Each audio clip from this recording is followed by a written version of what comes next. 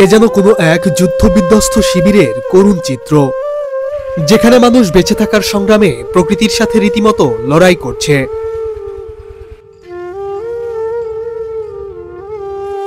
বাংলার পরতে পরতে মিশে আছে সৌন্দর্যের হাতছানি, কিন্তু কখনো আবার এ বাংলার প্রকৃতি ভয়ঙ্কর রূপে ধরা দেয় নদী ঘেঁষা জীবনের কাছে। পদ্মার ভাঙনে দিশেহারা হয়ে মানিকগঞ্জের হাজারো মানুষ আশ্রয় নিয়েছে ফরিদপুরে জেগে ওঠা কয়েকটি চরে। কেউ বা ঘরবাড়ি সরাতে পেরেছে, আবার কেউ বা ঘরবাড়ি ফেলে শুধু গবাদি পশু নিয়ে চলে আসতে বাধ্য হয়েছে।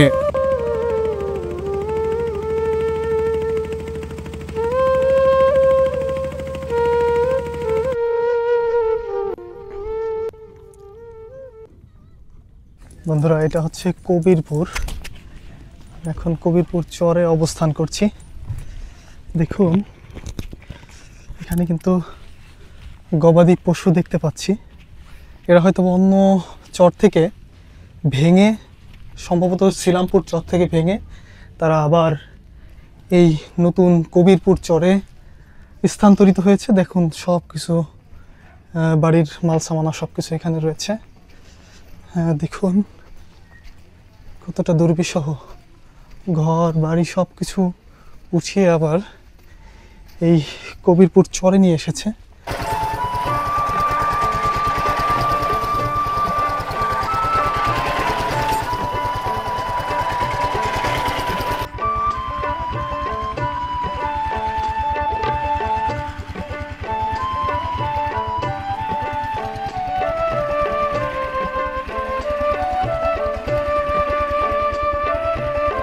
বন্ধুরা দেখুন, সদ্য একটি বাড়ি কবিরপুর চরে ছিল, সেই বাড়ি ভেঙে এখানে নিয়ে আসা হয়েছে। শ্রীরামপুর চরে, শ্রীরামপুর ছিল, শ্রীরামপুর থেকে ভেঙে এই কবিরপুর চরে নিয়ে আসা হয়েছে। কিসের ঘর এটা? এটা হলো রান্নাঘর আর কি, রান্নাঘর না? খুব বড় ঘর তো উঠানো হয়ে গেছে, মাটি ঘর উঠানো হয়েছে, একটা উঠেছে আর মাটি কাটা হয় না। আর যে মাটি কাটা যাচ্ছে না, নদীতে পানি, এই জন্য সমস্যা হচ্ছে। কষ্ট হয় না এই যে এক জায়গা থেকে বাড়ি করার? কষ্টর কোনো শেষ নাই, এটা জীবন বাঁচতেছে না এখন বর্ষাকালের দিন। তারপরে মনে করেন আমরা তো এখন নদীর জন্য পানি উঠে মাটি উঠাতে যাইতেছে না। কতবার ভাঙছে এই জীবনে? আমার জীবনে আমি ভাঙছি 13 বার। 13 বার। বন্ধুরা, এই ভাইয়ের বাড়ি ভেঙেছে প্রায় 13 বার। আমার জীবনে আমি 13 বার ভাঙছি। 13 বার ভেঙেছে। তাহলে 13 বার যদি নদীতে ভাঙে বাড়ি, তাহলে আসলে একটা জীবনের কি থাকে? হ্যাঁ, অনেক কষ্ট। কিছুই থাকে না। আমি যখন এই ভাঙন কবলিত জায়গায় যাই, আমি তাদের সাথে যখন নিজের আত্মাকে মিলাই, আসলে খুবই কষ্ট লাগে। যে এক জায়গা থেকে বাড়ি ঘর ভেঙে অন্য জায়গায় আবার নতুন করে স্বপ্ন বনে, এটাও হয়তো আবার কিছুদিন পরে পদ্মা আবার হয়তো বা তার গ্রাসে, করাল গ্রাসে নিয়ে নেবে। ঠিক আছে, ধন্যবাদ, দেখা হবে। ভাই আসি। বন্ধুরা দেখুন, এখানে সদ্য একটি বাড়ি, মাল সামানা সব কিছু নিয়ে আসা হয়েছে। দেখুন, এখানে নতুন করে আবার ওঠানো হচ্ছে ঘরবাড়ি, সব কিছু মানে সংসারের যাবতীয় জিনিস কিন্তু নিয়ে আসা হয়েছে। দেখুন, এই যে কবুতরের খোপ এবং কবুতর রাখা হয়েছে। যেখানে আগে বাড়ি ছিল ওনাদের কিন্তু কবুতর ছিল আর কি, কবুতর নিয়ে আসা হয়েছে। কি অবস্থা, মরুময় মনে হচ্ছে যে পুরোটাই মরুময় জায়গা। কতটা কষ্ট হতে পারে মানুষের। এই যে সবই কিন্তু একদম নতুন ওঠানো হয়েছে ঘরবাড়ি। এখানে ধান কাটা হচ্ছে, হাতের বাঁ পাশে সবই কিন্তু নতুন বাড়িঘর। ধান কাটা হচ্ছে। আসসালামু আলাইকুম, কেমন আছেন আপনারা? ভালো আছেন? হ্যাঁ আছি ভালো। কি ধান কাটছেন?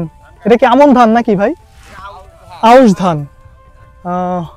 ধান তো মনে হয় কেমন হয়েছে ভাই?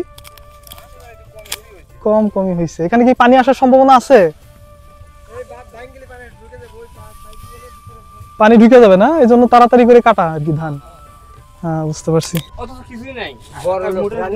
কিসে কামড়াইছে ভাই? বললা না?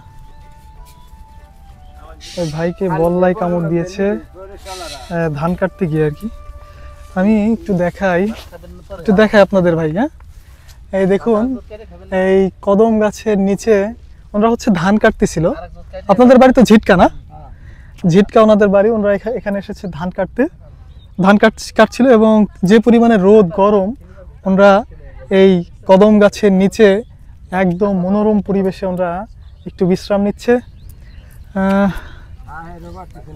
ভাই আপনাদের বাড়ি তো ঝিটকায় না? এখানে কতদিন আসছে ধান কাটতে? গত রবিবারে। রবিবারে না? ওইদিকে ভাঙতেছে না? কোন দিকে? ওইদিকে শিলমপুরের দিকে ভাঙতেছে না?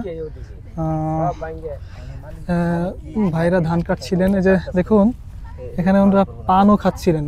আমাকে একটু দেওয়া যায় না পান? একটু দেন, আমি একটু পান খাবো। অনেকদিন খাওয়া হয় না। ভাইয়ের নাম কি? বাবলু ভাই। বাবলু ভাইয়ের কাছ থেকে আমি পান চেয়ে খাচ্ছি আর কি। সবাই খাও, সবাই আমার নাম আকবর না? এখানে কতদিন আসছেন ধান কাটতে? 7 দিন। 7 দিন না? ভাইয়েরা 7 দিন ধরে এখানে ধান কাটছেন। প্রচুর গরম, গরম আসলে। এই এই গাছের নিচে একদম ডুমরা গাছ বলে না, ডুমরা গাছের নিচে ওনারা বিশ্রাম করছেন। ওই যে উপরে দেখুন পাখিও কিন্তু বিশ্রাম করছে উপরে। এখানে আবার আরেকটু দেখাই, গরু রাখা হয়েছে একদম ঠান্ডা জায়গায়। আসলে যারা শিলামপুর থেকে ভেঙে এসেছে তাদেরই হয়তোবা গরু এগুলো। ওনারা এখানে বেঁধে রেখেছে একদম গরুকে, একদম ঠান্ডা জায়গা, শীতল জায়গায়। আসলে মানুষের যেহেতু চরাঞ্চলে মানে গবাদি পশুটা বেশি পালন করা হয়, তাদের অর্থনীতির একটা মাধ্যম বলা চলে এই গবাদি পশু। তারা কিভাবে ভালো থাকবে তারাও কিন্তু চিন্তা করে আসলে।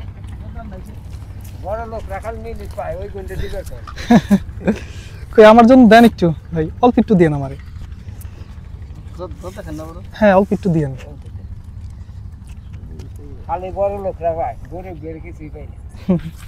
আসলে অল্প দেন ভাই, অল্প দেন। খান, আমাকে একটু দেন। খান ধরে বন্ধুরা অনেকদিন পরে আসলে পান খাচ্ছি বা খাবো। আসলে জর্দা দিয়ে ওইভাবে খাওয়া হয় না, তাও খাই, দেখি কেমন লাগে। আসলে নতুন পরিবেশে ভাইদের সাথে বসে পান খাচ্ছি, আসলে এই অনুভূতি একটু অন্যরকম, ব্যতিক্রমী। আসলে কি জর্দা ভাই এটা? হামেদপুরি জর্দা।